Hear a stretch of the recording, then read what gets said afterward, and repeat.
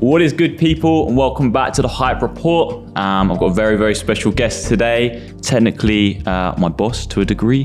Nah, you can't say that. Also probably owns a portion of the podcast. So please continue to watch so he doesn't bin it off.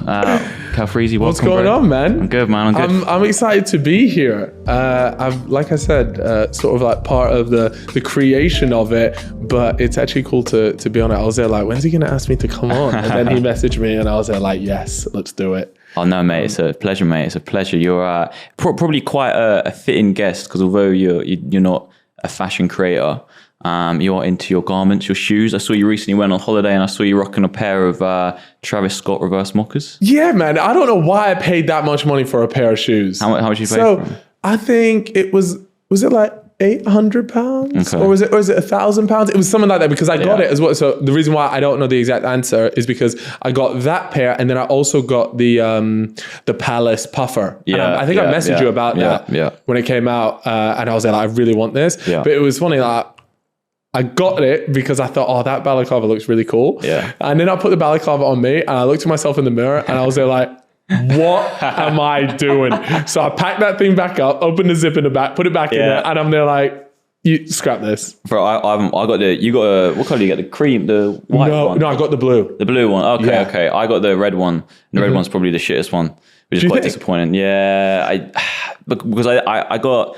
Did I get it retail? I haven't got it retail, but I wanted to go for the black one, and I missed that. But that was like a really hype drop this year, which was last year.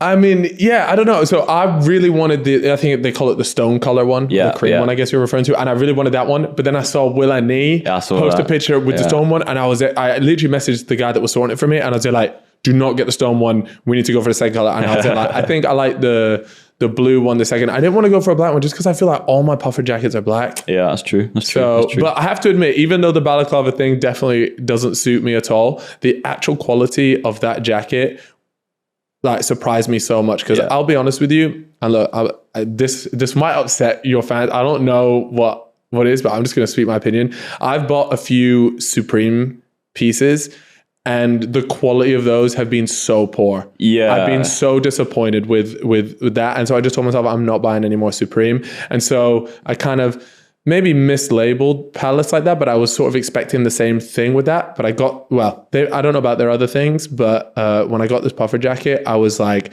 wow, this actually probably is my best, like the best jacket I've owned. It's amazing. Yeah, no, it is fire. I think to comment on the point about the Supreme and Palace thing about the quality, it's definitely been, we now live in an era where it's so easy to produce clothes and the quality of the garments have been, like for smaller brands, the quality of the garments have been surreal for smaller brands. So it's kind of forced Supreme and Palace recently to improve a little bit. So like a couple of seasons ago, the Supreme stuff was poor compared to what it is now. I think Supreme are really on the, like a come up from that, which is nice to see, man. To be fair, the Supreme stuff that I buy, we are talking like 3 years ago. Yeah. So, but you're right. I've noticed that recently, like I've found a lot of these smaller brands out there. Not necessarily small, but not the big ones that everyone would know about. And like the quality has just been unbelievable. And I'm just there like, wow. Like it actually makes me so happy when I receive something from a smaller company and the quality is just sick. Because a lot of the time, in smaller companies, they sometimes need to cut certain corners to make ends meet and stuff like that. So I'm very much aware of that. And I kind of don't mind that. And I sign up to it. So when I do get something that is just like elite level quality, I'm just there like, I love it. Yeah, no, definitely. That's again, another massive positive of things being more accessible in this space. It's like smaller companies and brands are allowed to create these kind of better pieces that wouldn't have been able to be possible without the kind of access. So you mentioned about you had someone source you the Palace and Travis's. Yes. How I've always wanted to know, because I know how like footballers do it, because I'm friends with not like any Prem footballers, but like a couple of footballers in like the lower leagues. And I know that they like have plugs, right? Yeah. And they do not go anywhere else. They like stick to their guy, they who's sourcing them or whatever, and they all use the same guy. So how do YouTubers get hold of shit? I feel like we're talking about the same person here. It might I have the same thing. Or well, I mean, to be fair with you, I don't usually go for a lot of like these really hype pieces for the most part. There'll be a couple times, maybe once or twice a year, I'll sort of catch up like I did with like the Travis's. I was like, I've seen these around for ages now. I just want a pair. But it definitely is like, what I'll do is I'll put in a group chat, like who sorts you guys for stuff. And they'll probably give me one or two people and then I'll just go and pick one of them, drop them a DM on Instagram, and then just pray that the stuff's legit. Because I feel like the reps now are so, they're so good that, I mean, I'll be 100% honest with you. You would be able to fool me. Like, and I think that's why you also have to have a lot of trust in the person that you're messaging. Yeah, man, 100%. I mean, I get fooled, and Meg over there owns a portion of Kickforce with me, our reselling company, and it's like a fucking nightmare to legit check stuff these days. And that's someone like myself who's literally in the space every day for the last however many years. It's wild, mate. Like it's and it's at the point now where it's so bad. Where I don't know if you've seen in my recent vids, but there was a case a couple of weeks ago where Nike are now suing small replica TikTok creators. So they put a full-on public lawsuit out there, and they're now suing them, which is mad. And these guys, right, by the way, like 100K on TikTok, which is quite small, like quite a small following, respectably, like for TikTok, you know. Yeah. So what do they do? Sorry, they promote. Yeah. So they promote reps, and in the process of doing so, they earn a commission from these, like from Panda Buy and other places like that, which are the fake marketplaces. What do you think about it? Do you think that I think's wrong, bro? My DM, my emails are full of people of like replica companies trying to hit me up. Really? Obviously, I'll never ever do it, but I mean, the money must be insane. But it's weird. It's hard to like feel bad for a company like Nike because they're so massive, and it is what it is. But at the end of the day, it's somebody's work that's being ripped off. Yeah, exactly. Someone has still wrote it on a piece of paper from the dot. And they've worked their whole life to get that job at Nike. And, so I totally understand from like an artistic point of view that, reps. But then I think there is also the counter argument, which is that like this stuff has just become so inaccessible that people just want to be able to wear it. So I get both sides of it. And I think it's just a really sticky one. But I also think that Nike probably had to do something about it just because of like the size of that market is just getting massive, and it's eating into their. It's not just a massive market; it's the popularity of it. So when I started getting into this space, if you wore reps, you'd be like criticized, you'd be called a weirdo, you'd be like hounded, if that's the right word. But if you rock them now, and in the comments, all you have to do is look at the comments of my vids. You literally scroll through, and people are like, "Bro, just wear reps, man." Like it's literally, and they're celebrating buying reps. And I do get it because, like you said, it is buying retail now is one, very expensive because Nike have increased the price a lot, and we're in a cost of living crisis. And two, people do just want to fit in. Like that's probably why I initially got into it, anyways. Because I just wanted to fit in with my mates.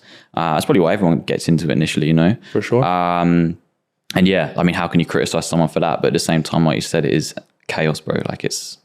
Yeah, the whole space is just, it's so interesting to me because, I mean, you just had to look at some of my videos previously. Like I'm not necessarily like a fashion guy by any means. Recently, I'd say in the last maybe like 18 months, I've definitely taken more interest into it and wearing nicer things. But at the same time, I've also been trying to like I mentioned to you, look for these smaller brands, maybe these lesser known ones, and just buying off of them.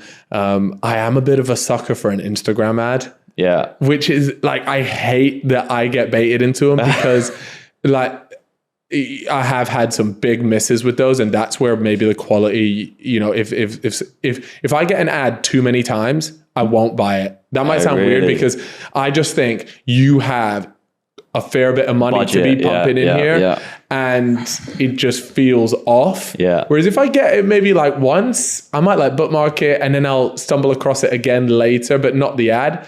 And then that's when I'll go, okay, like I'm gonna take a look at this. Yeah, no, I'm the same. I think it's nice to be able to, like I said earlier, like to be able to support the smaller brands in the space, because obviously financially it is tough. Speaking about smaller brands, I know you have launched multiple merch kind of brands and stuff. Talk to me about them. Yeah, so I have 165th floor. Now that very much was, look, we want to create just clothes that you can wear out and around that don't necessarily, they're not there like, a big logo on the front or anything like that. But I wouldn't say it was like a clothing line or anything that I was trying to do. It was a bit of a weird one. I guess I tried to make merch that didn't feel like merch, right? Yeah. And it did I won't lie, it did do really, really well. But I want to tip my hat to any up and coming people making clothing lines. It is a slog. Yeah. Like when everyone there is like, oh, everybody's got a clothing line. And it's like, it's so difficult. just in terms of the sampling process, going through like, you'll think you have everything, then the order comes through and it's not how you said it was going to be. Like you can be out of pocket, but with a lot of money very quickly. And then not only that, but the way the world works is that if you're not ordering large quantities, you're not going to get great prices on them. So you almost feel more inclined to get more quantity for a lower cost per unit. And then you just get into a bit of a weird trap. I mean, like I said, we were very fortunate that ours sold out. I think it was in a day. But that's great. How many drops have you done? We've only done like 2 or 3 drops, and we haven't dropped for I think a year now. Yeah. And the reason for that was it was just taking up too much of our time. Like financially it was pretty good, but we've recently brought somebody in to now head it all up and is going to be taking it on full time because we get so many messages, particularly about, we did like a blacked out 165 hoodie and people just seem to really like that. And it annoys me that it's not just always for sale. I think one of the things and a really popular strategy is that people do like these limited drops and they intentionally keep it low. I think for the next ones, I'm just going to sack that off and just, have it always on, because even for me as well, when I'm looking at certain clothing line, it just pisses me off when I go on somewhere and it just says sold out. And I'm just there like, why? Just get more. And so I think I'm going to abandon my own strategy and just put it up there. If people like it, people like it. And some people do say that the way to blow something up is just keep making products. And then when you get that one product that people really love, just keep making more of that in different variations, whatever it might be. Yeah, but your 165th floor merch was good shit as well. Like it was, I remember coming in, and I think I don't think you were there. Elliot was showing me around, and he showed me like a box of the hoodies and stuff, and they were like good, like really good. And like you said earlier, like it isn't YouTube merch. Like that is not like, it's so different, bro. Like the gap now between like probably back in the day when you were like like posting like every day on YouTube or whatever it was, like now is crazy. Like the difference in what you would class as merch or a brand. I mean, I have to give credit to Chip for a lot of that. I mean, he's very much a perfectionist in that sense, and there was no way we were ever dropping a Gildan Fruit of the Loom hoodie, any of that stuff. Like there was no way. Like this was cut and sewn. Like we did all that. We made changes to the garment and everything. We had a guy come in, measuring tape. Like we did the full thing because we wanted it to feel, and we wanted people to want to wear this thing. And that's one of the reasons why I wanted to kickstart it, because I'm still seeing people wearing it in videos and stuff like that I would just be there like, bro, that hoodie is like 1.5 years old and you're still wearing it.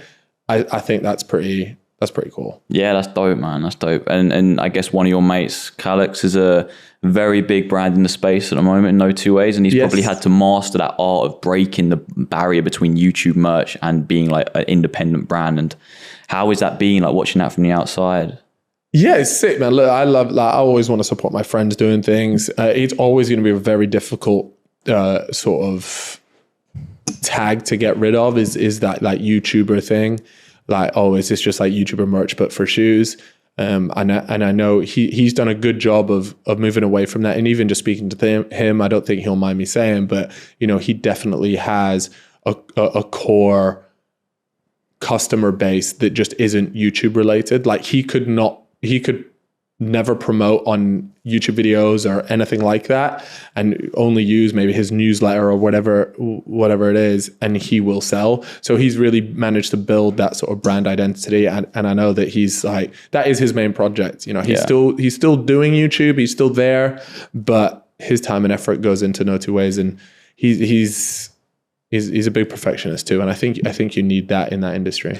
Yeah, 100%. But he's killed it, man. Like I obviously I've never actually tried building a sneaker brand, but I do know to an extent how difficult that must be and how much money it costs, like financially, to go shoemaking as opposed to garment making. And bro, like that guy has killed it, and Rocky as well, who is going to come on the pod soon. You got to get him on, man. He's a fascinating guy. Yeah, really, bro, he's smart. So cool. And I will be honest, and again, I don't think Cal minds me saying this. He absolutely lucked out.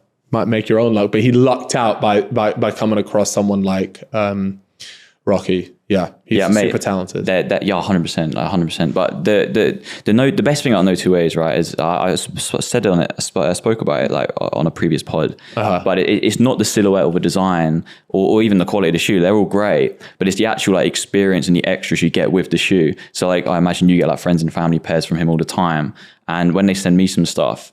Like, and Aiden will know, he's rocking a pair now, and you are as well. That when you open them up, it's this amazing customer experience. Yeah. Like you feel like you're buying from $1 billion franchise as opposed to I'm sure they've got a good financial backing, but I mean, it's still no way near their competitors in terms of what they've got going on in the background budget wise. And full credit to them for doing that, because you bring it out, it comes in a packaging box which is branded, a little bit of No Two Ways branded, and then like the actual like box which is delivered to you by the Royal Mail, and then you open it up and then the box has got a sleeve on it branded, and then the actual shoe box is branded, like covered in No Two Ways branding, and the paper is, and then the small designs on the shoe, and it's like little things like that sneakerheads and people who love shoes will buy into, right, as opposed to like just the hype. You know, like the shoe is so versatile. It's so sick, mate. So I think he's doing an amazing job with that. But he's one of those guys where it's just never enough.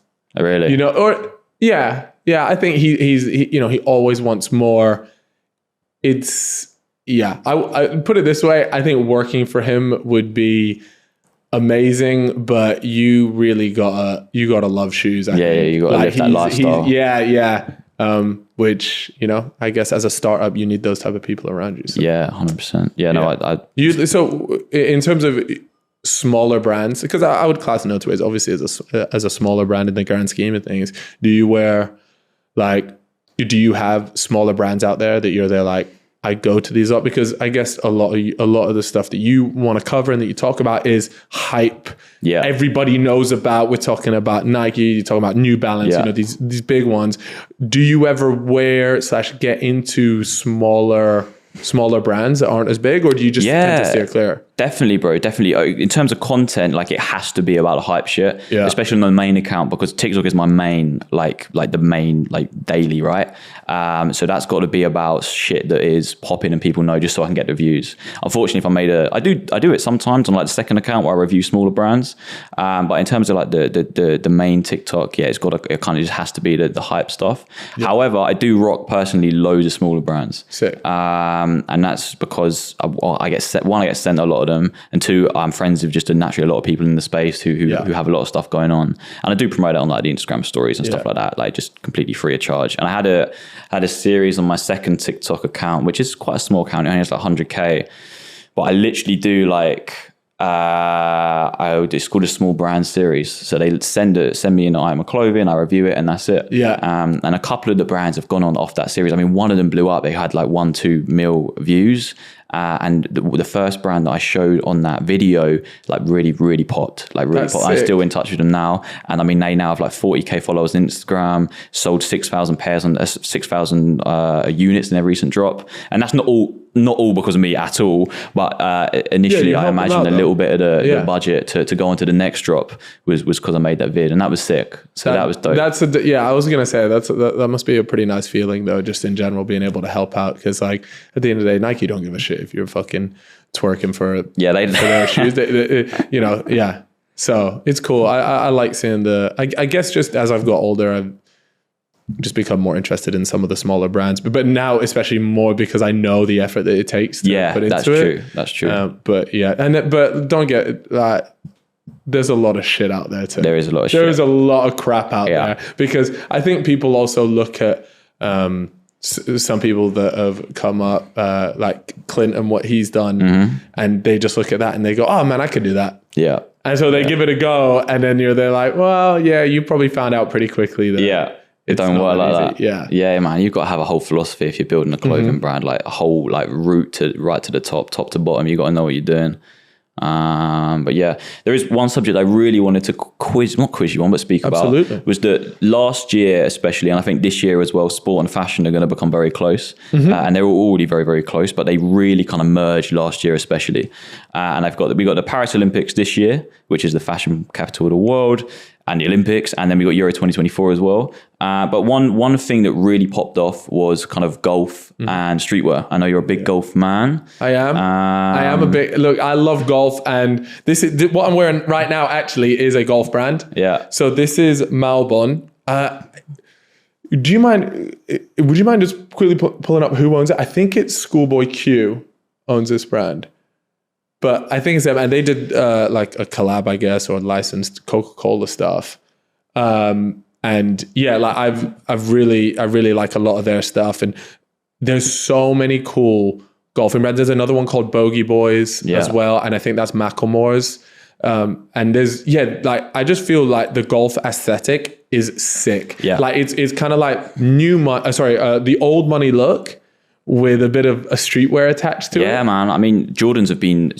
I remember I had a pair of Jordan Military Blues 2016, and they were a golf shoe, and they were sick, man. So there's like some really big things coming on in the space. Maybe you know what? Maybe it might not be Schoolboy Q that owns it. He might just be like an investor in it or something like that. Yeah, put Schoolboy Q. It could be I could have just got it completely wrong, to be fair. I don't know. So how long have you been playing golf for?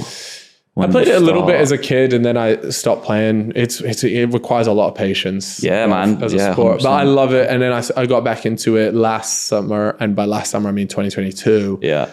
And then I got addicted again from that. Brought it into 2023, and then I started buying. You know what is a bit of a shame though when it comes to the fashion stuff? A lot of these sick collabs and golf clothes are all US based. The UK is just a little bit behind right now in terms of just in terms of fashion, like golf fashion, all this sort of stuff. And it is kind of annoying because I'd have to pay like a mad amount on taxes to get it sent across here. The shipping is a ball. Like I'm spending a fortune getting the clothes over. But yeah, I don't know. Like there's it's definitely making moves because Malbon have just signed their maybe it's not their first, but a big golf professional player. Yeah. And so he's going to be wearing their clothes on tour, like in the tournaments. And that is going to be like a really big thing because it just gets completely dominated by the usual suspects on there. There is rumors that Nike are sort of completely exiting golf entirely, which would be a travesty because they make really cool golf shoes. They made actually Travis golf shoes. Yeah. And so I got a couple pairs of those. Yeah. Did you get some? Yeah, I got a couple pairs because I wanted to have one pair that I would wear. Yeah. And then one pair I was just going to keep, and I'll probably end up wearing when those get messed up. So I bought a couple of those. Nice. But yeah, Nike make really cool golf stuff. And so I'm going to be really gutted if they are like completely exiting, or I don't know exactly what the situation. They haven't announced anything about it, but yeah, that would be kind of sad. Yeah, mate, I'm buzzing with the whole kind of the sport and streetwear merger in general is sick, but golf especially is really, really cool. It's like it's now deemed to be cool. So I played golf until I was in like a golf academy until I was like 13, 14. Sick. And I haven't played for a while, but I'm getting back into it slowly now. But just to see the progress it's made from then when I played, right? When I was younger, and I used to get like not bullied for playing golf at all, but like back in the day it was not cool. Yeah, not cool. You might not get bullied, but you get the mick taken out of you. Especially when I was at like football, right? I'll be at a football game and Jab, what did you do the night before? I was like, well, I didn't do anything. I was playing golf, and then they were like, well, that's fucking weird, isn't it? Yeah. It's like how old are you? So I was like, well, it's actually now it's cool though. I'm telling you, because and I want to say one of the reasons why I think it's cool. Obviously, the fashion in particular in the US has gone up, but I really do believe this is the fact that YouTube golf has gone up. And when things start getting popular on YouTube, it sort of makes its way down to the youth, and now it's, as far as I'm aware, it's cool to play golf. But you've got like pro golfers like Minwoo Lee, who is really like, I know I've seen him in some of your vids or whatever, but he's like really like I don't even know how you would say it, but he's on TikTok, right? Yeah. And he bangs out TikTok vids, and he knows all the trends, the memes. Yeah, and that's like no OG golf pro would be doing shit like that. So that is, mate, it's changing, man. And that probably a lot of sports are like that. But to see such a traditional OG sport like golf, like I think my dad made me play golf because he wanted me to get a job, because like, you know, it's such like a corporate networking thing. It's like when you get into like when you're working in the city or something, you go and play golf instead of having a meeting or whatever. I think that's probably what he wanted me to do. Is probably to, because I like, it worked for me. Like when we did our investment round for the Fellow Studios, I got a fair bit of my investment off the golf course. Yeah, that's so it works, ladies and gents. You are making an investment into your future by playing golf. Yeah, do it, and it's also a great excuse. I tell my girlfriend, "Oh, I got business meeting today," and she's there like, "Let me guess, it's on the golf course." And they're like, "Look, they decided to do it, not me." Yeah, I think my one of the businesses is probably at the point we could do that, but one of them, who the lady behind the camera owns a portion of, we're probably not at that stage. A portion? Nah, she's swimming. She's hot. Hey, it's 50-50 straight down the middle. He's there like, wait, we haven't decided that yet. Yeah, I don't know. I don't know anything about that. But yeah, I don't know if we're at the stage where I could go and whack some expenses on the golf course. That's what you need to do. You even know the login to the bank. That's a problem. If you don't know the login to the bank account, I would highly recommend sorting that out. Well, yeah, it's a little bit of a grey area. I don't know. Golf is sick. I love golf. Yeah, sweet. For a while now, but yeah, I don't know. I'm trying to think if there's another sport out there that has, in the fashion world, really caught on the way golf has recently. I don't know. Sometimes you get like these weird sports, and they end up. Well, there's been a lot of collaborations with football. So Arsenal did. I can't even pronounce the name because I'm chronically dyslexic. I'm not even. Are you an Arsenal fan? No, not at all. Let me tell you, Arsenal, they rinse. Every month there is a new an 18th kit coming out of the season. They have so many kits. I mean, part of me is jealous of it, right? But another part of me is just there like, you lot are taking your fan base to the cleaners, man. Yeah. So I don't know. It is cool. But yeah, okay. So look, there's a Maharishi, Adidas, Arsenal. Like, so that was recently. I swear to God, there's so much Arsenal stuff out there. Maybe it's sick and I'm just jealous. Maybe I'm coming from a They place also of did jealousy. one with Human Race. Do you remember that? Is that Pharrell's thing? Yeah, and they released, I think, of Juventus one. I think that was it. That does look good though. Yeah, that's sick, isn't it? They picked like a bunch of colours, but like AC Milan a couple of years ago did Off-White, which is massive. I guess Milan is Jordan again, jumped in with PSG as well. Yeah. That's the kind of and Palace, like a London streetwear brand that was started in 2011 or whatever it was, did one with Juve where Ronaldo was actually rocking it, which is mad. That's cool. And then I swear, you can correct me on this, but Undefeated are like Birmingham. Yeah, that's so how weird. the hell has that happened, really by weird. the way? That's true. That's a good one. By the way, I love Undefeated's logo on this top. It looks so good. That's hard. Like that looks amazing. It's just, this is the weirdest sporting collab maybe. I don't know. Maybe it's not. But to me, this just feels so random. Yeah, I saw someone do a fashion vlog where they were like, this American guy went into an Undefeated store in the States and he was like, bro, what jersey is this, man? Like, what is this? And it was just like a random Birmingham jersey in like the middle of New York or something. Oh, I think you already spoke about this, but you've seen the clip of Kanye West in the old... the Portsmouth. The Portsmouth goalkeeper kit. Have you spoken about that yet? Well, so he's done it twice now. So he had one, well, he spotted in the Portsmouth kit like a couple months ago, which was an actual like legit Premiership when they were in the Prem kit. And then he posted one about 5 days ago and he had a vintage shirt maker remake the shirt, and I saw the Twitter guy, and the company who did it, a really small company, were like, what the fuck, Connie's wearing our shit? And he just made like a 1 of 1, and it's like a remake of this is it, right? This is it. Yeah. So like I don't know enough about Portsmouth's history to comment on it, but I don't know. They quote retweeted a picture of it though, going like Kanye knows best or something like that. Yeah, that's mad. So yeah, this random guy just. Well, not the random way, but that's interesting. So the context is that this is a remake of the original. That's the thing. So many people on Twitter, that's usually where I see stuff, was there like, I don't understand how he got this, because there was only like it's a keeper kit, and I think there was only like 10 of them made or something like that. So the fact that it's actually just been he's had it commissioned or remade or something. That's what I saw. I think one of his team just must have hit him up, but that was the original one that everyone went crazy for initially. And that's obviously a little bit more like well made or whatever. But the other one, a couple of days ago, it was just out the blue, and no one had a clue. Seeing stuff like that where celebrities, you just say like, this is such a niche thing. Like, how are you that locked in? Mate, he just does this. Cool. Mate, he's have you seen what he's been up to recently in terms of his new Instagram posts?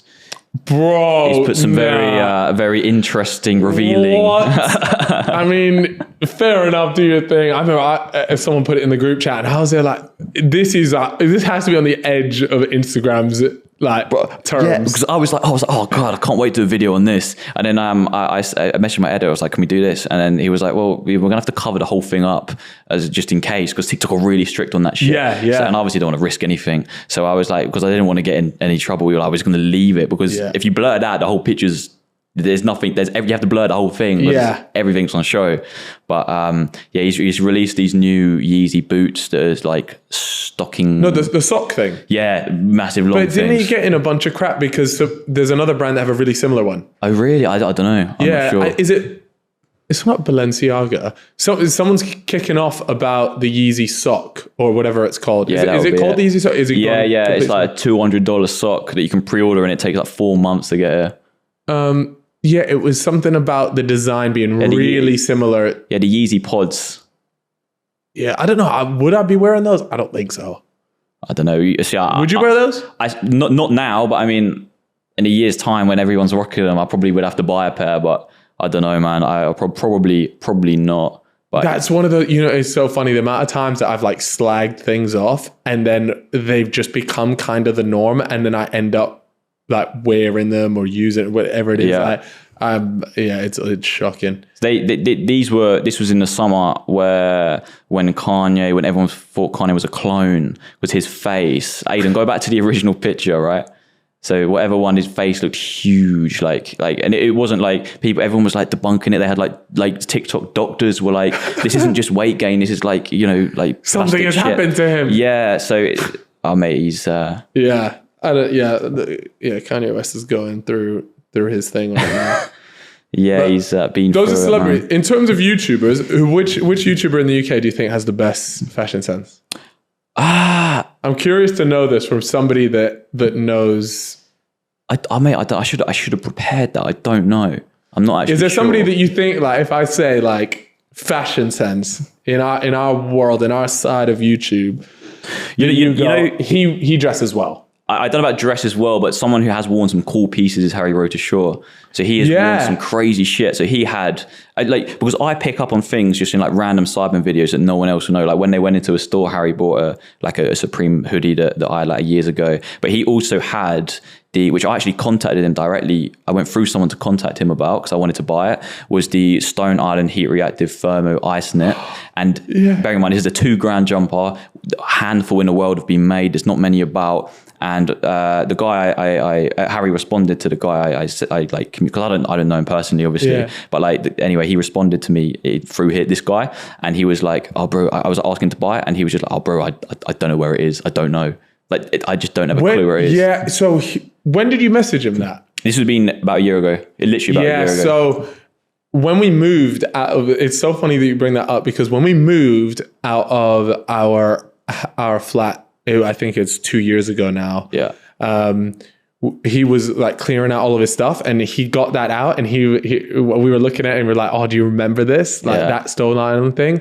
And we were just there like, "What a lot of shit!" Like he was there. I don't know why I bought it. He thought it was cool once. He did it like once, and then the novelty wore off, and he put it away. And I think as well, he cut off the badge. Because he has a big thing about like buttons and like things have to be very particular. If there's one thing, or like I'm pretty sure it's like the metal rings in a hoodie around here, he just won't wear a hoodie if it's got the metal ringlets or like the end of it, like these bits have there's loads of little things that he really doesn't like. So he loved this Stone Island top at the time.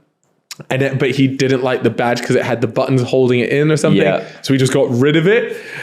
And so, yeah, I don't know. But yeah, he definitely in that move, I have no idea what he did with that. That's thing. crazy. So it doesn't surprise me that he lost it. He would have lost it in moving out of that. He's going to piss some people off by putting that public, because Really? Oh no, I've dropped him in it. I put a picture of it. I finally got hold of it. I milked a whole TikTok series on it, and at the time I wish they had the creative beta fund on it. You know, the new TikTok monetization, because the series must have, I don't know how many views I got. It was ridiculous at the time.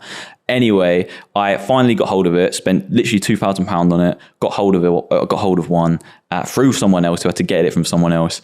And I take an Instagram picture of it, and I put it on like this dirt, right? Because it's kind of orange, but it was a nice dirt. It was like leaves everywhere on top of dirt. And must have got 4 messages from like Stone Island collectors and like real proper archive warriors, and they were like, bro, you're a bastard, how could you put it on the floor? I was like, oh my god, I've pissed like all the real hardcores off. Oh yeah, I don't know, maybe he didn't do it, maybe I just made up that whole thing, who knows. But, yeah, no, you're right. Harry has always had as well this really sick jumper, and it was like a half and half stitch, and it was made by a designer on Instagram who takes like 2 things and like merges them. Oh, sick. Yeah, I've seen stuff like that. You've seen stuff like that. And he had a really cool one.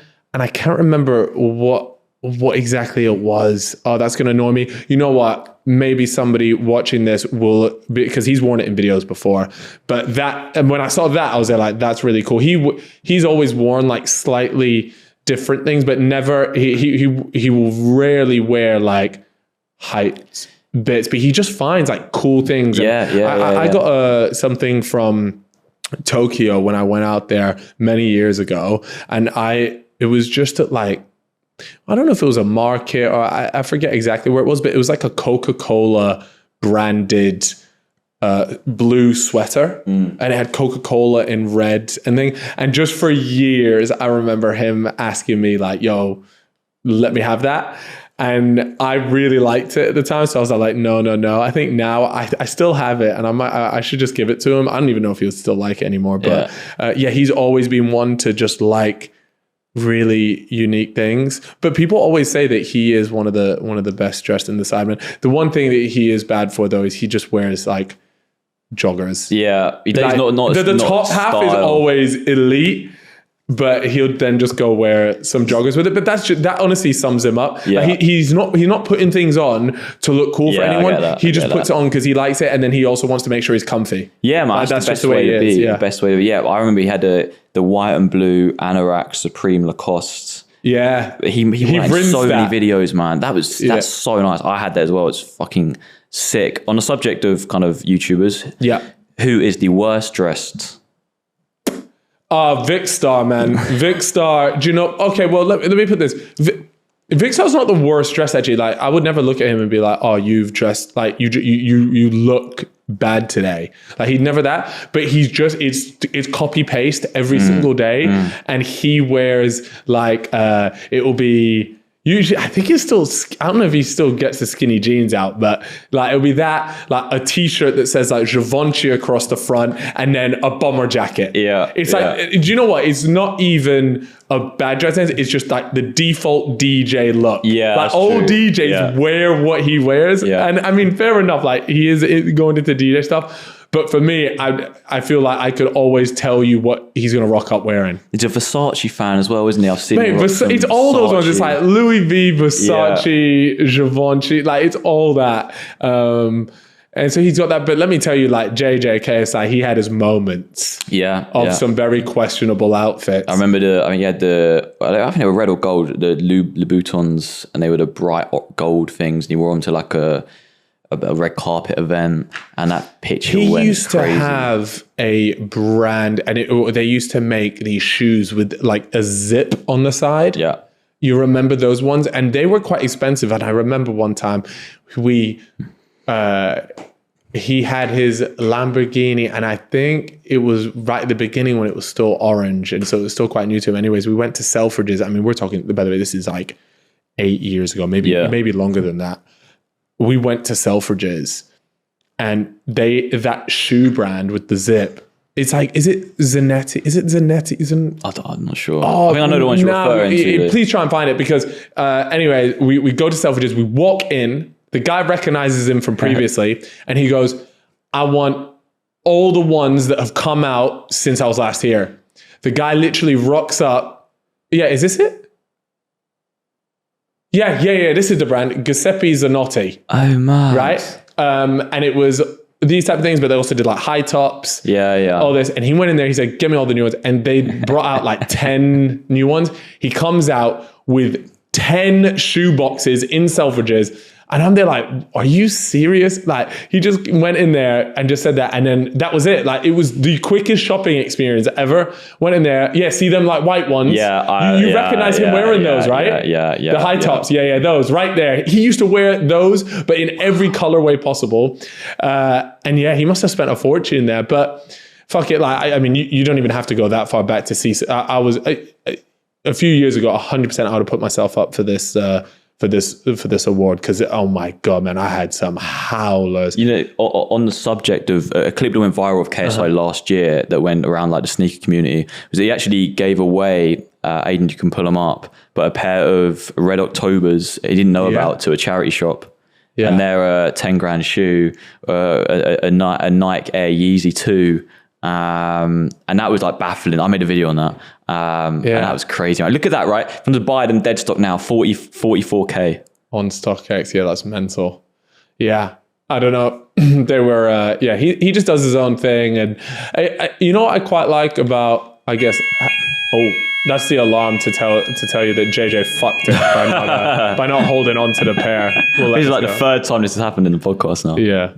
But that's the thing about that JJ and Harry, is that they just wear for them. Yeah. Don't really give a crap about anything else. And you know, there's times where we've messaged him in the group chat like, bro, that is awful. But the next week he'll just be wearing it again because he literally just wants to. Wants to wear it. And I think ultimately that's what it's all about. It's just wear what you want to wear. Yeah.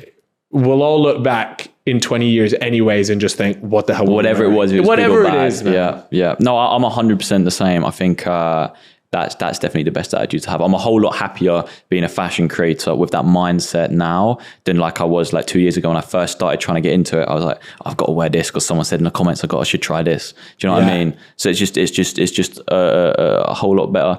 As someone who grew up online. Let me read the rest of the question. How has your fashion sense changed?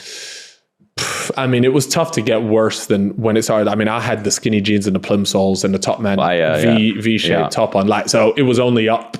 You know, I couldn't make it. I mean, unfortunately, I still haven't managed to sort out my trim, but one step at a time, we will get there.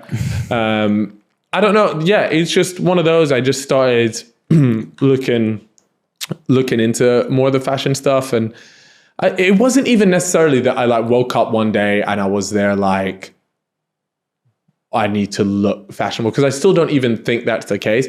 I genuinely just think as I got older, I just got a little bit more interested in it and finding cooler bits of clothes. But I've never been one to be like, you'll never see me wearing something with like a big brand across it. Like, I really don't like loud clothes in terms of like, oh, look at me, I'm wearing XYZ. That doesn't do it for me at all. I'll always try and find like just be small somewhere. And then, but it's so weird. Like sometimes I'll go through phases where I'm really into like a lot of the hype beast stuff, and I'm, you know, like the Travises and things like that. And then literally maybe 3 months later, I'll be there like, yo, I want to be looking like old money. Yeah. Like I want, do you know, like Laura Piano? Yes. Like all that. And I'll be looking there. And then sometimes I'll just look at the prices and I go, that's not for me. Like, I don't care enough to be paying. Because, bro, I'm not even joking. Have you seen the price of like a t-shirt from crazy, bro. It's like over $1,000 for a t-shirt. They're mad.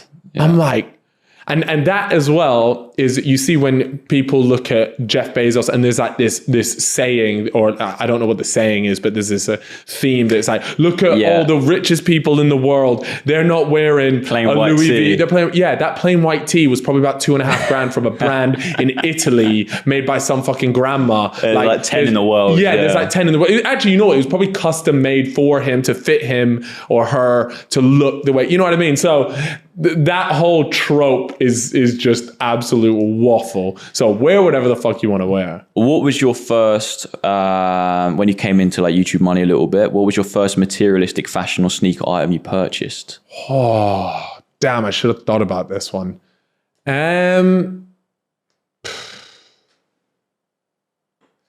I remember the first thing I did was I went on, and this won't be my final answer, but one thing I went on Nike ID and I did my own Nike ID shoe.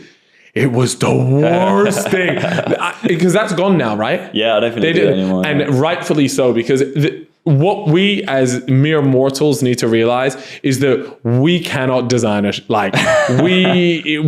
I go in there, I would just add like colors together. I remember when it arrived, I looked at it. I had my name on the heel of it. Yeah, I've done the same. I literally looked at it. I didn't wear it once. I put it at the bottom of my cupboard and I was like disgusted at myself. I was like, how could you have ordered these thinking this was going to look good? It's expensive as well. And it was so expensive. Yeah. So I think that was like the first thing that I really got. I'm trying to think in terms of like designer item. I actually had, now this will be like 8 years ago, Givenchy. It was a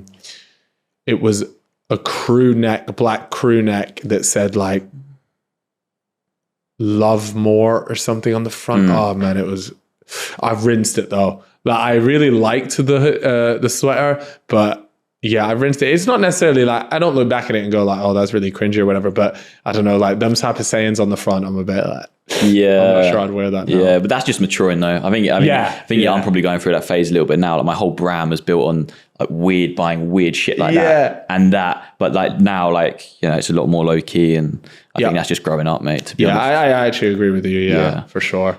What YouTuber spends the most on clothes and sneakers? Ooh, who spends the most?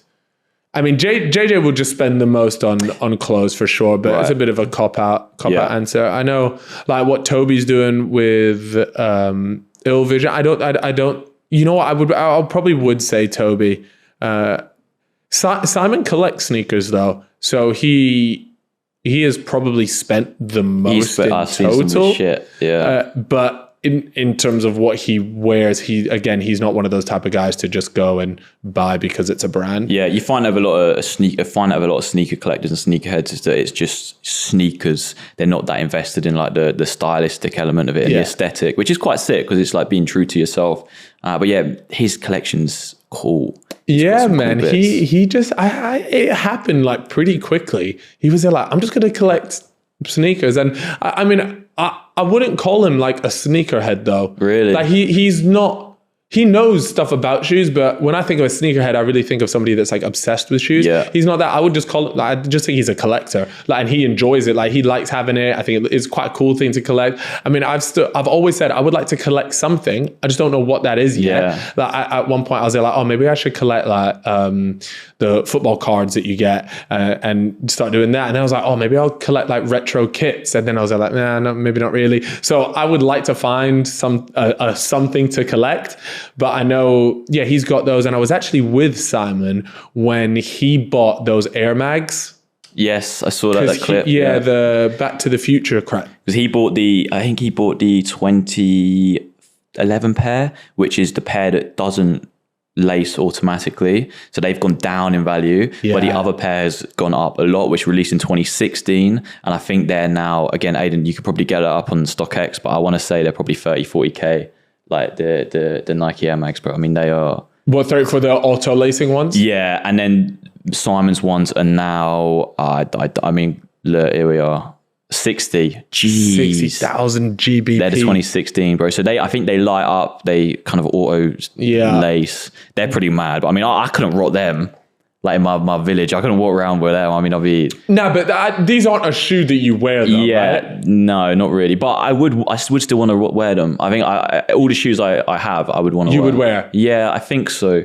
I was saying that I wouldn't wear 60k worth of kicks, but if I was in a position to buy them, I probably would try. So what, Simon? Because I know, when I was with Simon, I forget what it was in a vlog. It was, so people will be able to find the price from there.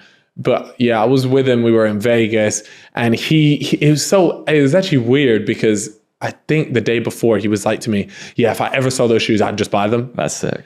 And then we were in one of those reselling shops. And I was just walking around, I saw them, I was like, Simon, they're literally right here. But I don't think he necessarily knew what was going to happen to them in terms of value. He's spoken to me about it. He's spoken to me about it. He said like, they're just not worth, he said he got a bit screwed on the price or whatever.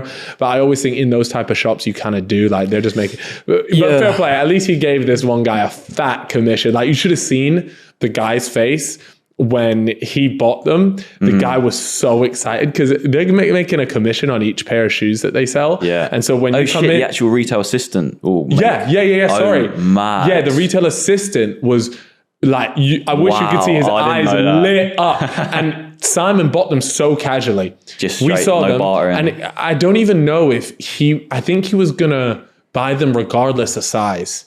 Because again, he was just like, I would just want to have these and collect them. He had no intention of wearing them. I still don't think he's ever worn them. And he went to him and was like, they're like, yeah, I'll just buy them.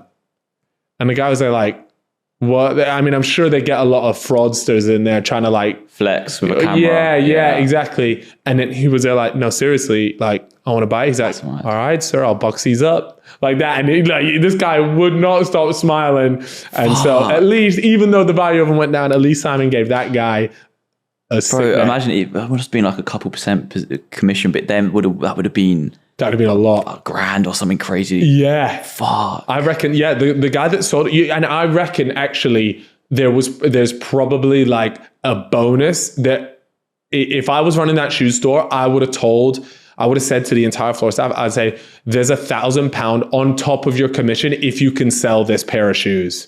Yeah. Do you know what I mean? So I'm sure that guy got a decent wedge out of it, but yeah, that was just a kind of a cool thing to witness. I've never seen a pair of shoes bought for that much money. So yeah, mate, no, his Miniminters sneaker collection is very. What else does he have? Do you know? Yeah, so he's got Chicago Off-White ones, which are the red Chicago's. How much do they go for? Aiden, I want to say 5-6. 5-6 grand, really? Yeah, not nowhere near the Air Mags. I mean, these still are though, like, bro, 5-6 grand. What happened to the Dior Jordans? Yeah. Did they go up in price or did they? Because I know to begin with they like skyrocketed. So there was about, I want to say about 3,800 pairs made at the high and maybe about 4,700 pairs made at a low. And again, Aiden, you probably get them up, but I don't know how much they go for now. But they I think they have gone down in price. But if we actually Air Dior Jordan 1s, just whack them on, and there's a low variation and a high. Damn. Yeah, they're, what were they retailing for? I think about 3. I think $3 grand. Okay, so I think, but I'm not sure. Again, I could be completely wrong. But this is way out of my bracket, bro. I mean, I haven't. Do you collect anything? We have sneakers, and then I kind of started Bear Bricks, which are the Medicom brand, and then I do a bit of Pokemon cards as well. We've used Randolph's grading company, Ace Grading, a few times. They're dope, bro. They're really good, man. Because I'm not like an avid, probably a bit like what we mentioned before. I'm not like an avid collector of Pokemon cards, but I buy cards I like the look of because I used to play what I used to have in my childhood, and I will literally send them off to Ace Grading because I don't want to break them and I don't want to fuck them up. Yeah. So they're sick, man. And then they're kind of getting ready to go into like this nice storage unit, or like this nice glass cabinet in my crib. So it should be cool. Have you noticed value on those Bear Breaks? Like, do you keep track of any of that sort of stuff? Nah, not now when I'm in a better financial position. But obviously, if I had this maybe a year ago or 2 years ago, I probably would have been obsessed with looking at the price. But I bought the Nike Tech Fleece Bear Brick from not is it Selfridges? I don't know if it was. I think it might have been Selfridges, but they had like one in the whole of the London store, and I had to do like a private buyer call. So I had to call them up privately, and they were like, "Hi, sir, we've just checked your details. I'll call you back afterwards." So I had to give them all my details. They call me back up, and I had to pay like 750 quid for it, which was sick, cool. by the way. That was. I really wish. What is it worth now? Do you know? Probably like 900, I think, maybe. 900. All right, so it went up. Yeah, I feel like but that's like it was to celebrate the 10 years of a tech fleece. Now, I don't really wear tech fleeces, but I have made a lot of content about them. I have seen your videos on them as well. And oh my God, they pop, man. They pop. That's the 100 to 400% one. You want to go to the 1,000% one. So they came in free. You've got 100% like this small, and then the 400's like, we don't have one here, but like that. And then down 1.3K now. Yeah. Oh shit! It's got so it's gone down 33% from the last sale, but it is kind of like you wouldn't have lost money on this, I don't think. No, but that is like such an iconic thing for Culture Force, you know. So that was like sick. So that was really cool to get hold of, and that experience of buying it from Selfridges or wherever I got it from, I really wish I documented that. I really, really wish that I could have been on the phone, and I was going to send Meg to pick it up.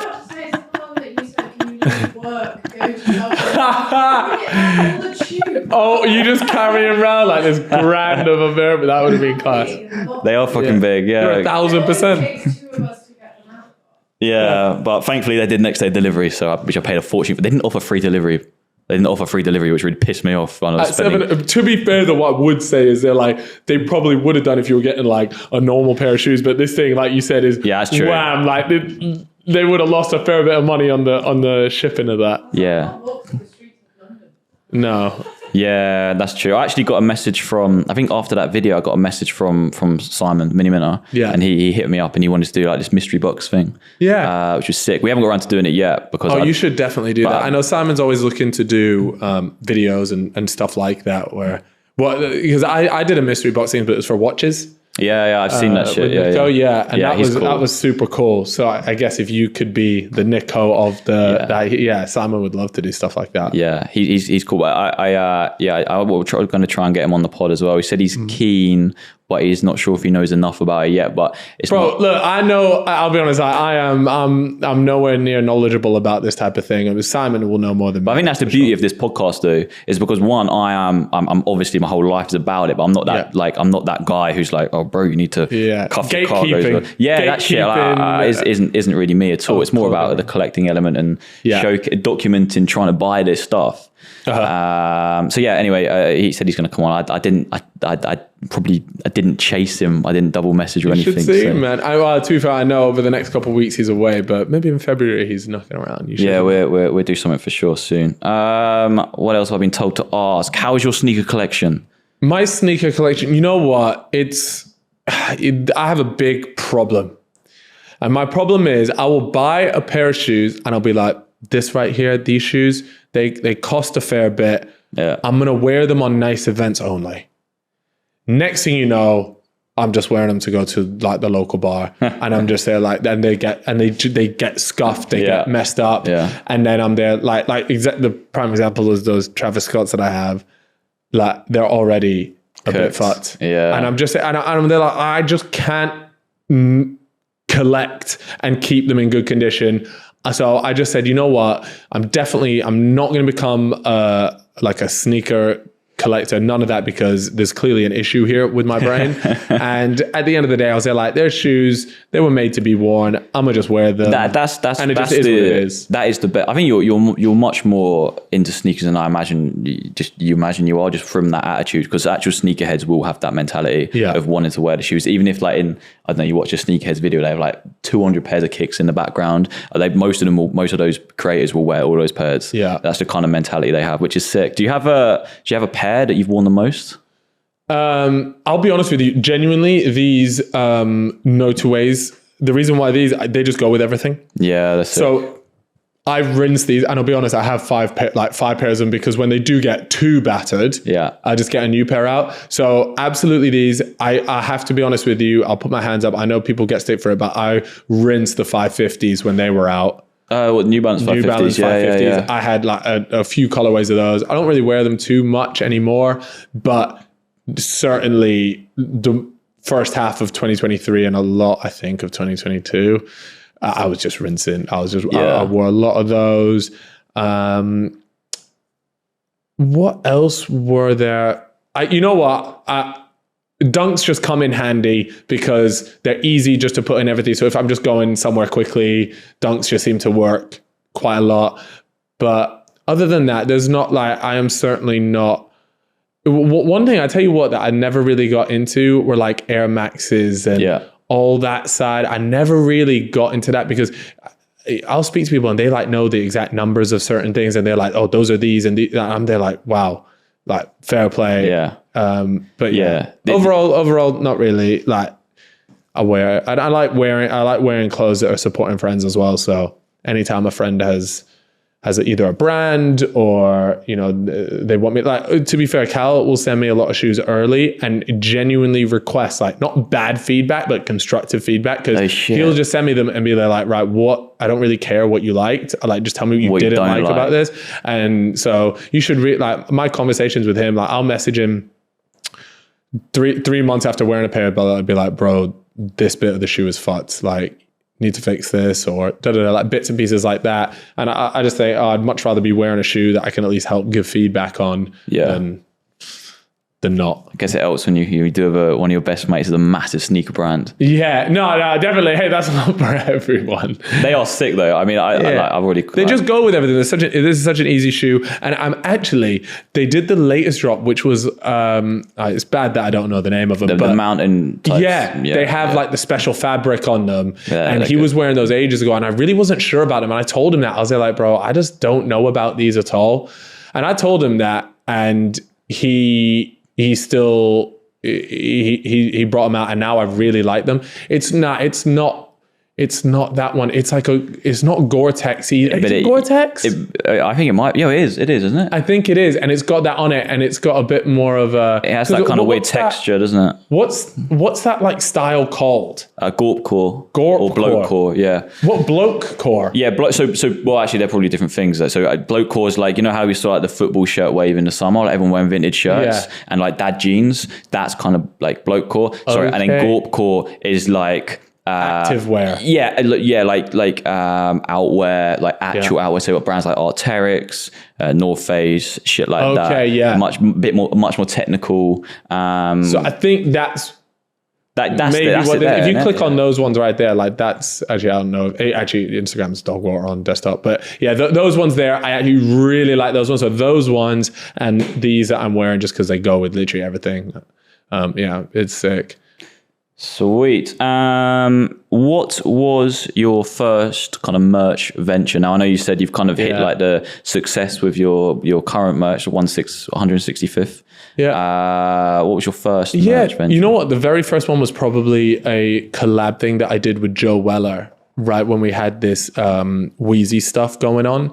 And that was really interesting. I mean, that was back in the day where it was very much slap a logo on a very basic t-shirt, like the quality of them wasn't that great. But at the time, like that's just what we knew and that was it really. I mean, how old were we? We were like early 20, that's crazy, 21, something like that. So it was, that's just what it was. And I can't remember the numbers. I remember we had a few issues with the guy that we did it with.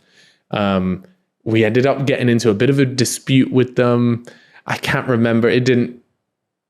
Whoever we were dealing with the Wheezy t-shirts, but they sold really well. Sick. It was like a box logo. Yeah, I've seen it. The black and blue, wasn't it? Yeah. And you know what? Like for back then, like even if someone were to wear them now, the fit was definitely way too like top man fit. But if you were to change the fit of them now, but kept the thing, I still quite like them. They're pretty cool. Me and Joe had those, and they did well. Like, damn, they were some classic things, and people still bring it up to this day. Like, yo, man, I have a Wheezy tee, and I'm there like, wow. We used to go to certain like gaming events. I've seen us like doing some research last night, and I saw loads of people like lined up for more. Yeah, Sick. And that was a really cool experience. But yeah, I mean, you want to talk about YouTuber merchandise? Like that is this to a T. Yeah, that's dope. How did that kind of influence your current merch, because it's so different? What did you learn from this? What did I learn?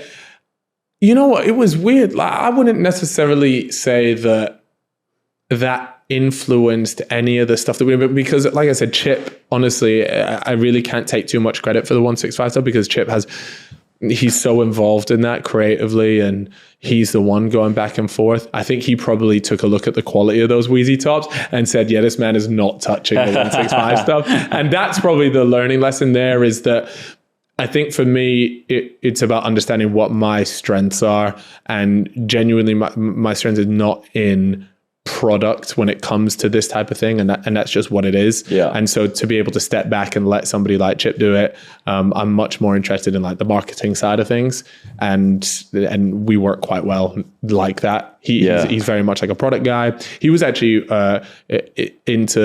Represent now is, you know, absolutely massive, at least in the UK, and it's growing, and they're a real inspiration in terms of what they've managed to achieve with that. But you know, Chip was into Represent, and we're talking like, you know, right at the beginning. Like right at the beginning. So fair enough to him. And what's interesting, actually, we had George Heaton, the owner of Represent, as I think he must have been like episode 6, 7, 8, 9, something like that, of Fellas. Like the very first season, I remember he rocked up and it was the smallest room ever. Like, if we've got this white wall here, it's smaller than this. Our set, and there was he had like his friend, a friend of mine now actually, but at the time I didn't know him, and he struggled to find a place to sit in the room to watch the podcast, because like, imagine the cameras were backed up against the wall. So not even the producer can check the angle. He would just have to be like, I'm pretty sure this is about right, because there was no way to look like, see the way it's popped up on here, like now on here, he can flick between the angles.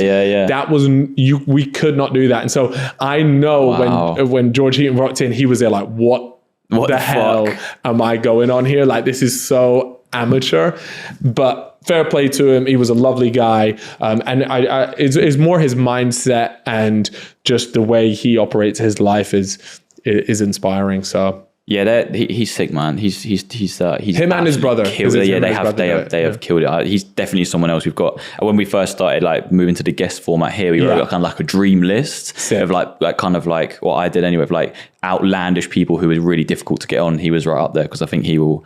Well, he would be a great guest. But yeah, so he also has also have their 24/7 range, which is their 24/7. It's the fitness one. So they've literally completely branched out, and it's crazy what they've done, because they've gone from having like the Represent Owners Club hoodies, which is just like a great fitting sweatshirt and hoodie, by the way, but it was just like kind of a print on the crest there and on the back, which was like very in trend with what was like trending then, like in 21 or 2020, whenever it was, to now moving to Represent normally still killing it and having a much more intricate design and whatever. So also having this huge kind of fitness element about their brand, which is I think the coolest thing about that wasn't it. It doesn't feel like it was that 247 stuff was built out of an opportunity. It was built because that's genuinely what he's into and what he loves. He's massively into fitness. If you follow him on anything, like he's always doing some mad challenge. And he was actually one of the first people that he was the first person that introduced me to the 75 hard challenge, which is a fitness challenge that I completed end of last year. He spoke about that challenge in that podcast. And I remember looking at him like, you're mad for doing that. Like, that is obscene. Like, what are you doing? And so the fact that he's done that, and I'm pretty sure he had spoken to me, whether on or off camera, about the idea of 247. And at the time, I don't even know if they even had any products out, and it was just an idea for him, because in my head, I was like, oh, why don't you just do it as like a totally separate brand or whatever? And he still wanted it to be part of the Represent bubble. And so the fact that he has just made, and it's so much easier making a product if you're the one that like wants it and needs it. He was making the product for himself to use while doing whatever fitness challenge he was doing. So it's so much easier. You just wear it. Him and all his friends that are involved in it, well, just like, mate, all of you wear this. We'll go work out. We'll go for a run at the end. You tell me what needs to change. Like, that's sick. Yeah, that's mad. Those boys have absolutely killed it. How did you find the 75-day challenge? The 75, so I saw you were posting a lot about it. Yeah, I loved it. I had a great time. It was very, very eye-opening, and just in terms of what I am able to achieve personally if I really want something, I really get after it, and I'm disciplined. And I think that was actually the main goal of the entire show. The entire challenge was to actually just give myself a bit of discipline and just and the power of just saying no to things. Yeah. And that was really important for me. So that's like actual like exercise and then diet as well, right? Yeah. Yes. I had a relatively strict diet thing. I had to get a certain amount of calories in every day, but I said no fast food, no burgers, because I love burgers. And I was there like, look, they're not even, you can kind of have like a healthy burger, but I was there like, I'm just doing 0 burgers. Yeah. So I stayed away from that. And yeah, like no fast food, no alcohol, none of that. And I found myself saying no to a lot of social events that I would naturally go to, but not necessarily because I wanted to go to, but just a case of FOMO or whatever. And I was just, at the time I was there like, no, I'm just not going to that because I need to be up. I need to do my morning workout and then I need to do my evening one. Like it's time. Dedication. Yeah, it is. But it was so weird because I never woke up the next day. So at the time of saying no, I had the feeling of, I'm really missing out here. And then the next day when I would wake up, no part of me was there like, damn, I really wish I was there, or that there was never any of that. So it's like this thing that you just build up in your head and you're just like, it's never that deep. Like saying no is become like a really important thing about what is sort of part of my life now. Is before I'd very much struggled to say no to things. First. I have something a little bit similar. Like I've just literally started going to the gym, because I've been quite a lot of people know about my health, but I've been like unwell for a while. And it's funny you mentioned about your diet. So for me, I need salt, like loads of salt and sodium, right? Yeah. So I can actually, sometimes when I'm ill, not all the time, I couldn't live like this, but sometimes when I'm ill, I can actually eat shit and I'll be all right. So like Mackey's, right? So Mackey's is really, really, it's not good for me, but in terms of me, it does help to a degree. Yeah. So that's kind of mad. So balancing that has been really, really hard because I don't eat loads of Mackey's or loads of fast food, but like it's been a really weird, difficult kind of discipline episode of my life where I've been having to try and balance everything. And I imagine that's probably what you had to go through the 75-day challenge. Like balance is so important. Yeah, absolutely. I mean, with the surely you can have like high sodium meals that aren't fast food. You can. 100%. Yeah, 100%. Yeah, and I have loads of electrolytes. Like I don't drink normal water, just electrolyted water. That's what I got on recently. Electrolytes. Yeah. Sick. What do you do? You have the sachets and put it into water. Oh, nice. So I have the tablets you put in and they dissolve. Okay. So they dissolve into effectively the same thing. But yeah, they're amazing. Yeah, like unbelievable. But a normal person can't have too much because it's difficult for their body to process. But I have like so little sodium, like it's really important. That's really interesting to keep it. Yeah, it's good. Well, it's not good at all, but it's good that you know about it though. Yeah, I mean, it's how did you find out about that? Well, I was ill since 2020, and then I got diagnosed in April 2023. Yeah, probably literally the best day of my life. I've never ever felt an emotion like it. It was like. I remember seeing your TikTok, yeah. I would literally imagine it being like, I'm a huge Watford fan. I would imagine it being like Watford winning Champions League. It was like the best, which is never ever going to happen. Yeah. But it was like the best thing ever. And then the doctors and kind of forums and stuff, because I was diagnosed with something called POTS, which is relatively boring, but actually someone in your office, the studios, she was so nice, man. So Aidan brought her down, and that was sick. That made me really kind of like not fall in love with the pod, but like really like feel like comfortable, which is really really important. Because I just had someone come in and she'd be like, oh shit, I have it, and it wasn't anything like pitying or belittling or being like, oh, it was just like, oh shit, I've gone through this, haha, type thing. Do you know what I mean? Yeah. No, I think even it's amazing as to how much uncertainty you live with when you're essentially just going through like a dark passage when you have no idea what it is. Yeah. Like that's the worst bit, right? It was just like not knowing. And in the moment that you actually get that diagnosis, it's like, it could have been like a bad diagnosis, but at least you know. Yeah. Do you know what I mean? I was begging for literally. We got to usually it's like no good news is good news, but for us it was the complete opposite when we get to that point of being unwell for that amount of time. But yeah, it's bet we're getting there, mate, getting there slowly. But that's sick. It rinses the bank account. Private healthcare is not cheap. Oh shit! All private. No. And I didn't have insurance at the time. Now I do, but like, so you can't get it on that insurance because it's a pre-existing thing. So yeah. Oh my God. Yeah. I didn't even think about that. That is such a pain much in money, the ass. bro. That is expensive, boy. Yeah, it is. Right. Talking about money, something else I wanted to talk about, which is a really trending subject at the moment, is kind of TikTok's monetization compared to YouTube. Yeah. So obviously recently, for those who don't know, TikTok have brought out a beta creativity fund where people creators can make money from videos over 1 minute plus. And obviously that's been around on YouTube for ages, and I imagine YouTubers make a core amount of their money through that type of process. I don't even know what that's called. What's it called on YouTube? What, just like YouTube ads? Yeah, like AdSense and shit like that. Yeah. There's no fancy terms. Yeah, so TikTok have basically done something like that to a smaller degree. Yeah. And I wanted to chat about that. Look, TikTok's a weird one. You're always going to get more views on TikTok. It's easier to get more views, but those views, it's how you value those views. And so they go back and forth about, you will, in terms of CPMs, and that's kind of it's at the cost per view, per 1,000 views. And they naturally are different on TikTok. TikTok with the creative beta program has really leveled up. Like, there was always going to be a really difficult challenge monetizing short form content, just because of like, how do you show ads to something that's only 30 seconds long? Like YouTube, they didn't even have mid rolls on to anything that was longer, anything shorter than 10 minutes. Yeah, that's mad. So it was, how the hell were you going to do that on like a 30, 20 second long video? To be fair, they have it now where it's like the video has to be over a minute long. And yeah, there's a lot. I think it's great. More people can make a living from making their own type of content. It also does kind of force like weird things, and people like to be more sensationalist now, because it's very different when you're just making content for the sake of enjoying making, or even just growing and things like that.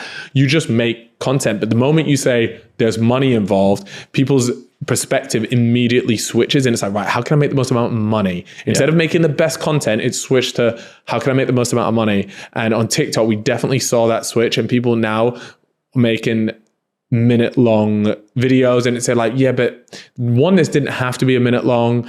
It loses like a lot of the virality. One of the reasons why TikToks were going so viral is because, you can get through 1,000 TikToks in a day. If they're all a minute, you're not getting through 1,000 TikToks. No. So yeah, it's interesting compared to YouTube. Like YouTube for me is like, is the baby. They're the best. Google are unbelievable at monetizing. It's such a fantastic place to have a community, to build a core audience. And I truly believe it still is the best place. But the fact that TikTok's brought this in it really is game changing. And I don't see why, the fact that you can have both, myself, you, whatever, you can have your YouTube monetization, you can have your TikTok monetization. I think it's just a win for everyone. It's a win for creators in general. Yeah, I also think it's a win for like the creatives, because you do have to make better content on TikTok. Yeah. So previously TikTok was basically like this was years ago when it started popping. It was much more like a Vine as opposed to a YouTube, but now it's probably closer to YouTube than it is Vine. Interesting. So like my content, for example, the video put out 2 days before yesterday was over 2 minutes long. That's crazy for TikTok. And that I've always, over the last year, I did actually I've posted longer videos even before the fund. So it's been quite a smooth transition for us, which has been really sick. But yeah, mate, the amount, you do see some trash with it, but it is interesting now what's happening. I guess the one benefit for me, aside from the financial gain for me, which I don't get too much, like crazy amount. Yeah.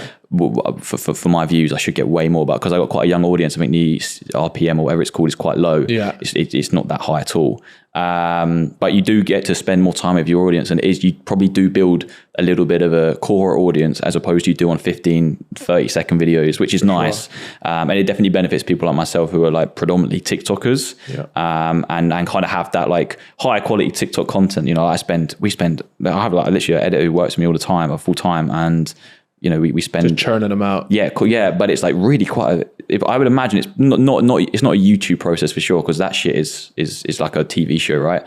But like it's definitely closer to that than it is like a normal a normal traditional TikToker, or what older people would value as a TikToker. What's the most amount of money you made in a month off of it? Just the creator. Probably like 2.53. Yeah. Not any. I mean, that's great money. I'm not. That's really good money. Yeah. But in terms of like brand deals are still superior for main income. And is that how you? Yeah, I was going to say, is that your main? And also I have other stuff on the side, like create our own businesses. Like I watched. There's a really interesting thing which you would like this, but Emma Chamberlain did this like big massive like podcast for like 4 hours, and she broke down like how she thinks like business in this space is gonna continue, and being a creator is gonna continue, and how to master it.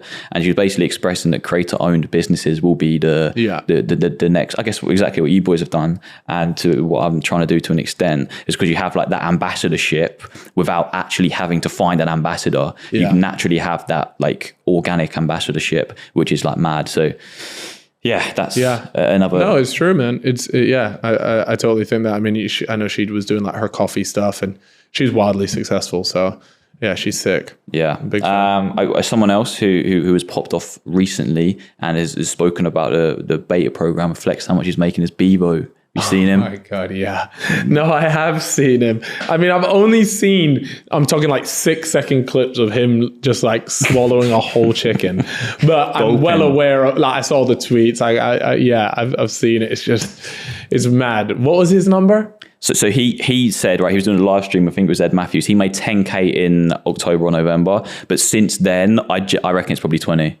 I think it's probably about 20K. Really? You reckon somebody's making 20K off of the creator thing? Yeah, 100%. Well, I mean, what if you're let's say the RPM on that is £1? Yeah, you're looking at, what is he doing? 200 mil views a month?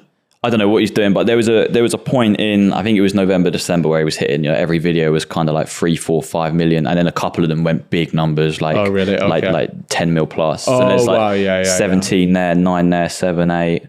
Damn, man, he's doing his thing. You know what? Like, you can take the piss out of whatever you want, but at the end of the day, like, fair enough. Get your money up. Yeah, bro. He's I don't think he's like harming anyone doing this, right? No, he's not. I know there's been a bit of controversy, but for the most part, like, bro, if you're just sitting down, just eating food, sort of just like swallowing things whole, bro, that's all you, man. The thing is with it is obviously he's came into a lot of money really, really, really quick, and I saw Angry Ginge has been. He's been reacting to a few of his clips. Oh yeah, and Bieber's been flexing his Rolexes and his. I imagine. Are they real? I don't know, but he was pouring water on one, so I imagine it's a dive watch or whatever, like all the rappers do, like with their Submariners and shit. So, oh man, fuck it, like that's fun. That's just funny. Like, yeah, some people, they're gonna blow the cash. Like, it's the internet. You got to have people like this to keep us entertained. Like, you do. I just think that's gold.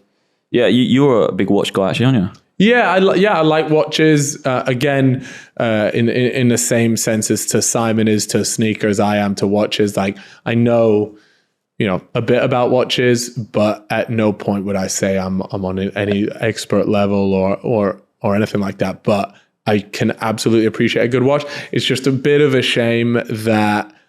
Yeah, I just don't. As you can see, I don't wear. I've got my Whoop on right now, but I don't wear watches around London anywhere. No, when I go on holiday, like you go to Dubai, wherever the hell you go, I'm much more comfortable wearing them there. Yeah, I see Nico hit a lot of his videos, and he always talks about how sad it is that you can't rock your favorite kind of wrist piece in London. It's just so dangerous, bro. Like, so dangerous, because even relating back to garments, I made a video, and because there was an article last week or 2 weeks, or just before Christmas actually, how people are now being mugged for Canada Goose jackets and even North Face jackets. I saw your video on this. Yeah. That was, bro, why, like, a Canada Goose jacket is how much? Probably $1,000.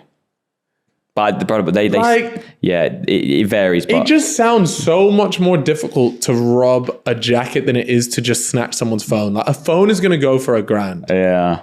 Right.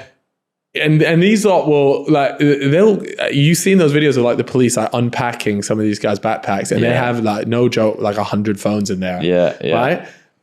You can't fit 100 Canada Goose jackets in your backpack. Like, it just seems such a weird thing to to steal. Yeah, I mean, mate, it's a really big thing at the moment. Like that's kind of like I think because people have genuinely stopped wearing watches, like especially anything over a certain value, even like entry level, so they're just watches. moving on to the next thing. I think they probably are just moving on to what other people with money wear, which is designer jackets. People are just going to start rocking around in their boxers, man. Mate, it's crazy, man. Like it's mad. So that's wild, and that sucks, and it makes me really sad that is the state of our country, of the UK. And you know, I know it's a problem mainly in London, but certainly it exists elsewhere as well. Yeah. And it's just the fact that people can't wear the things that they've bought. And you know, these people that are doing it, you know, it's very easy to judge them, and you know, it's never the right thing to do. But the circumstances in the UK are just abysmal. Yeah, it's fucked, completely fucked. Well, on that very happy note, I think we'll bring it to an end. Let's go. Please don't rob me. Please, the idea of being robbed sounds ass. So don't do it, please. Fingers crossed. And like I said, I don't wear watches. I don't wear designer stuff. I got Nike socks though. No, yeah, maybe it gets that bad. If it ever gets that bad where they take my Nike socks, and we're down bad. So be it. Who knows? And thank you for having me on, man. I appreciate it. No, bro. Thanks for making the podcast. No, that's all right. Thanks for having me here, literally. So yeah, big up, people. Thank you very much for watching. As always, every Monday, 6 p.m. Thanks again, Kyle. That's all right. And I'll see you in the next one, available on all the platforms, Spotify, wherever, YouTube. Run it up. Sweet.